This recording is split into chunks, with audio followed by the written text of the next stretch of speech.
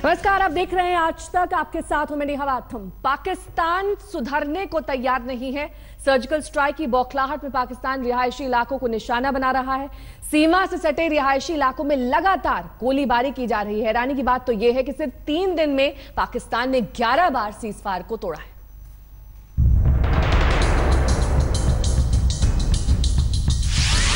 पाकिस्तान की नापाक फायरिंग, 3 दिनों में 11 बार तोड़ा सीज फायर। पाकिस्तान है कि मानता नहीं।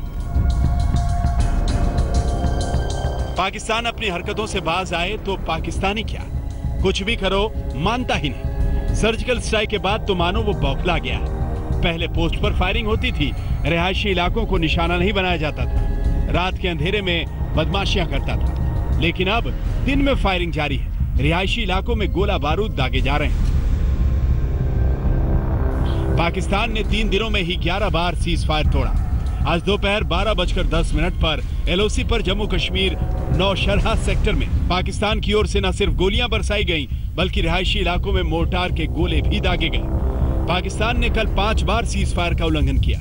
कल राजौरी के नौशहरा सेक्टर में 3 इलाके झांगर, कलसियान और मकरी में फायरिंग की गई। इसके अलावा अखनूर सेक्टर के पल्लावाला, जिगरियाल और चांदनी इलाके में भी पाकिस्तान की ओर से गोलियां बरसाई गई। इस तरह सोमवार को 4 बार नापाक फायरिंग हुई।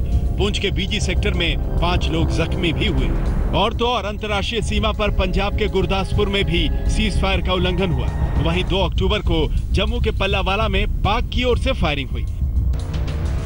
पाकिस्तान की ओर से गोलीबारी के कारण जम्मू के पल्लावाला में सन्नाटा पसरा है। फायरिंग के डर से लोगों ने गांव खाली कर दिया है। ना कोई मेडिकल स्टाफ है, ना कोई दवा दारू का इंतजाम। मैं इस वक्त पलामवाला के सेक्टर इलाके में हूं और लाइन ऑफ कंट्रोल बिल्कुल मेरे सामने है। वहां करीबन आधा 1 किलोमीटर की रेंज में जो है फायरिंग और शेलिंग चल रही है पाकिस्तान की। आप देख रहे हैं कि सारा इलाका जो है, सामने वाला इलाका जो है वृक्ष के पीछे जो है, वहां शेलिंग और फायरिंग चल रही है। और पूरे इलाके हुए वहां पर जो लोग हैं सारा भाग चुके हैं और इतनी शेलिंग और फायरिंग हो रही है कि यहां से पूरा इलाका खाली हो चुका है। ये देखिए, ये है प्राइमरी हेल्थ सेंटर पलामवाला का। यहां पर जो है जितने भी पेशेंट थे या डॉक्टर थे, बाकी के लोग थे, सब यहां से भाग चुके हैं। दरवाजा बंद है। जो लोग गांव में हैं उन्हें बंकर में रहना पड़ रहा है। क्या पता किस ओर से पाकिस्तानी गोली उनकी जिंदगी छीन ले। इस वक्त मैं लाइन ऑफ कंट्रोल से करीबन आधा किलोमीटर दूर है और हम इस बंकर में है। छन्नी दीवानों एक गांव है जो कि पलामवाला सेक्टर का है। आपको ले चलते हैं गांव वालों के पास, कितनी कंडीशन में है वो। सब लोग यहां से फरार हो चुके हैं और यहां से जितनी भी महिलाएं और बच्चे हैं, पूरा गांव खाली हो चुका है। ये पूरा टारगेट है और ये एक बंकर है। आप देख रहे हैं कि जो यहाँ के लोग हैं वो यहाँ पर नीचे बैठे हुए हैं। उनके लिए एक ही सुरक्षा है जो कि बंकर है। आज कोई 3 दिन पहले फायर हुआ था, वो नॉर्मल हुआ था। लेकिन आज जो 2:15 बजे का फायर शुरू हुआ है, जिसमें RL, मार्टर, LMG, MMG जो फायर कर रहे हैं और लगातार 3-4 घंटे लगातार फायर कर रहा हो। एक पड़ोसी ने नाक में दम कर रखा है। सीमा पर फायरिंग कर लोगों का जीना हराम कर दिया है। आतंकियों को भेज कायराना हरकत करता है वो अलग। आखिर पाकिस्तान कैसे बाज आए? आखिर इस पाक का इलाज क्या है? जम्मू से अश्विनी कुमार के साथ आज तक ब्यूरो। एक अंग्रेजी अखबार ने सर्जिकल स्ट्राइक को लेकर पीओके के चश्मदीदों से बात करने का दावा किया है। अखबार के मुताबिक चश्मदीदों ने सर्जिकल स्ट्राइक की पुष्टि की और यह बताया कि पीओके के नीलम वैली के पास भारी गोलीबारी की गई। लश्कर के आतंकी कैंप तबाह कर दिए गए, कई आतंकी ढेर हुए, कई इमारतों को नुकसान पहुंचा।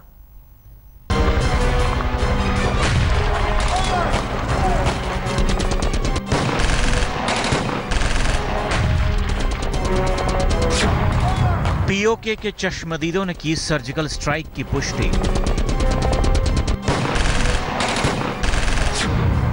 सर्जिकल स्ट्राइक पर अंग्रेजी अखबार का दावा।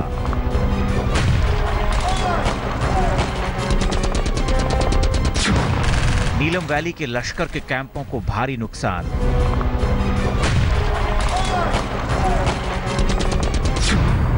ट्रकों से ले जाए गए आतंकियों के शव।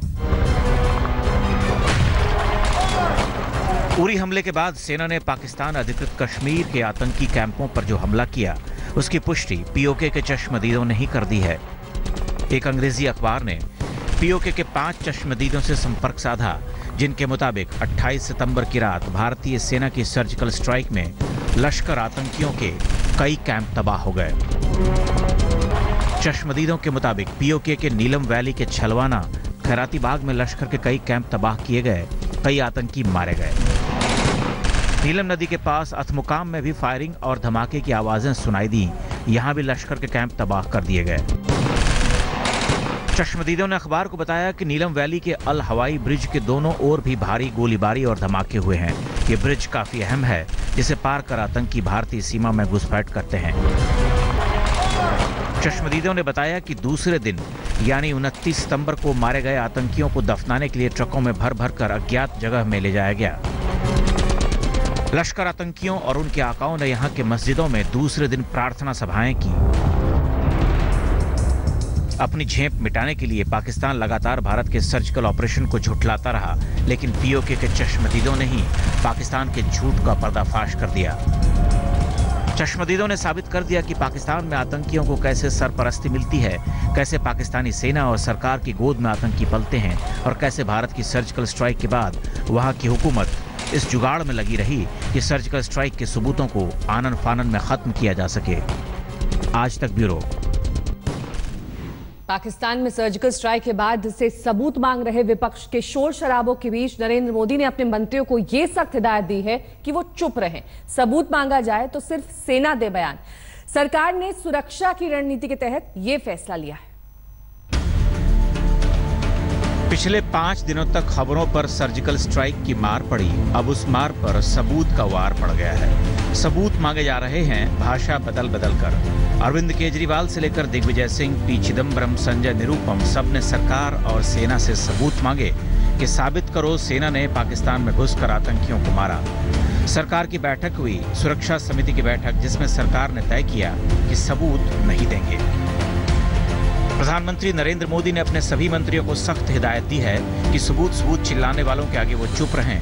पाकिस्तान और सर्जिकल स्ट्राइक के मसले पर वो बयानबाजी न करें।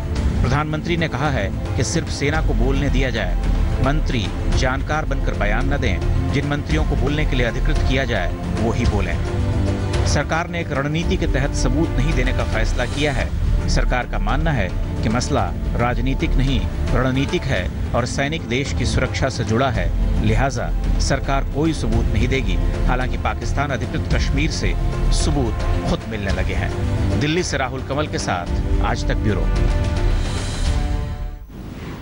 और सरकार की ओर से सबूत जारी ना करने की कई वजह हैं, वो वजह आपको दिखा देते हैं क्यों सबूत जारी नहीं किए जा रहे। दुश्मनों को कमांडो के हथियार का पता चल जाएगा, ये सरकार नहीं चाहती है। वहीं ऑपरेशन की बारीकियों के सामने आने का भी खतरा है। साथ ही पाक को कमांडो की एंट्री और जाने का पता चल जाएगा। अगले हमले की तैयारियों को नुकसान पहुंचेगा। ये तमाम वो बातें जो गोपनीय रखी जा रही हैं, पाकिस्तान पर बदला लेने का दबाव बनेगा। सेना के सीजफायर उल्लंघन की पुष्टि हो जाएगी। एक गलत परंपरा के शुरू होने का खतरा है ये, और यही वजह है कि सबूत जारी नहीं किए जा रहे हैं। अब आपको बताते हैं कि सर्जिकल स्ट्राइक का सबूत मांगकर अरविंद केजरीवाल क्यों बुरी तरह से घिर गए हैं।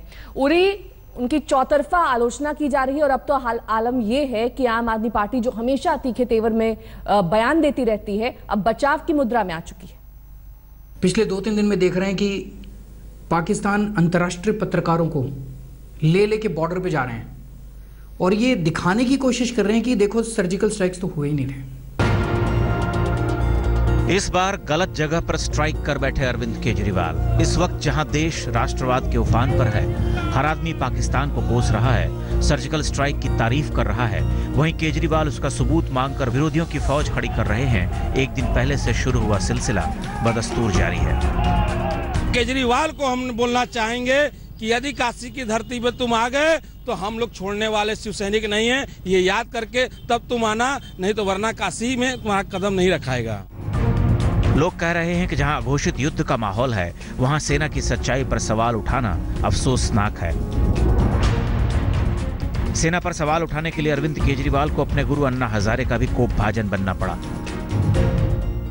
अगर सेना के बारे में अविश्वास निर्माण करता है तो तो मैं उसकी कड़ी निंदा करता हूँ।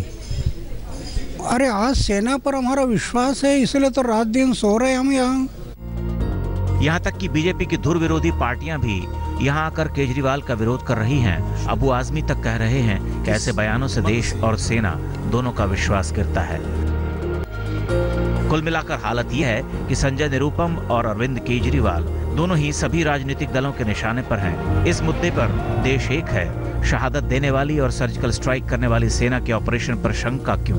और अब तो वैसे भी पाक अधिकृत कश्मीर से खुद सबूत मिलने लगे हैं।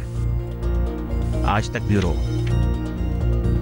बात अब लखनऊ की करेंगे, जहां तेज बारिश और आंधी में रामलीला मंच धराशायी हो गया। यहां 1 अक्टूबर से रामलीला चल रही है। आज तेज हवा और बारिश ने रामलीला मंच को काफी नुकसान पहुंचाया।